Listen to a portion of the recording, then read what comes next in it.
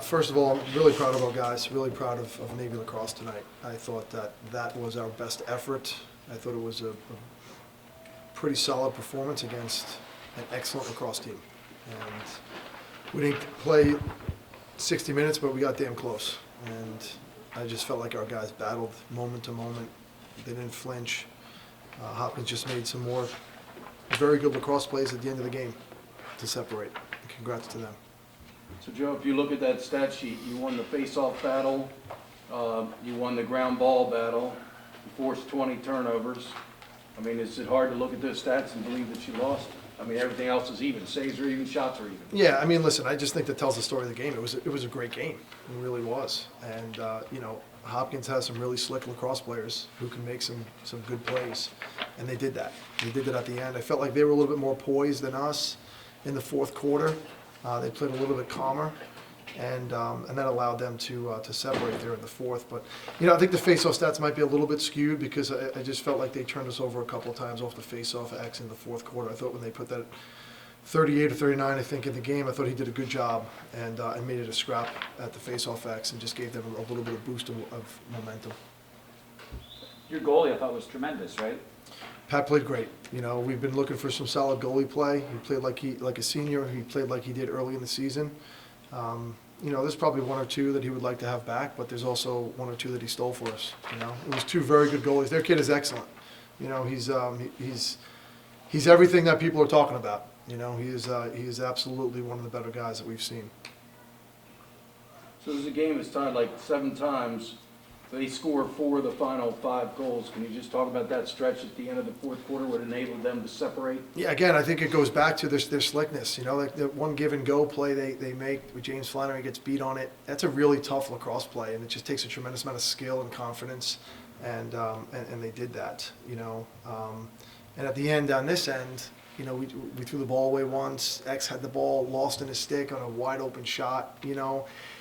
It's things like that happen where a 1-goal game, a tie game kind of separates and the score,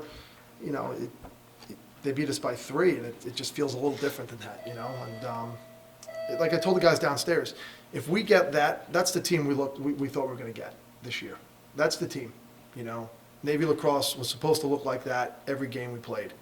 And if we get that effort and close to that performance and clean up some of our execution, we got something really good here, and we got a lot of momentum with that, feeling that, and we got a lot left on the table here. So I'm really proud of our guys for stepping up today. Jackson, you feel like the team took a step forward, and how do you build off of this? I mean, like Coach said, if you put this type of effort in, you're going to be in every ball game. Yeah, I mean, I think tonight was the most 60 minutes of Navy Lacrosse that we've played up until this point, and it's tough to be on a losing streak right now, but it is exciting to see, spurts of what we can be like tonight.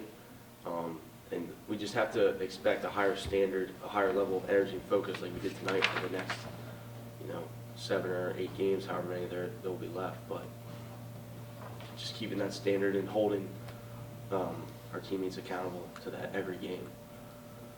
Mac, you're missing 2 of your top guns in Swanson and Skalniak.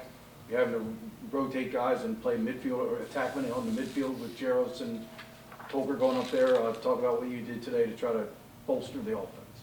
Yeah, we've got a lot of new guys, young guys playing, and I think it's just about we've been talking about a lot, play loose, play confident, and I think we did that tonight for the most part, just stepping up and not worrying about making mistakes, because I think that's what holds us back a lot, is we're worried about the negative outcome instead of just playing hard. And for the majority, we played hard tonight and did well.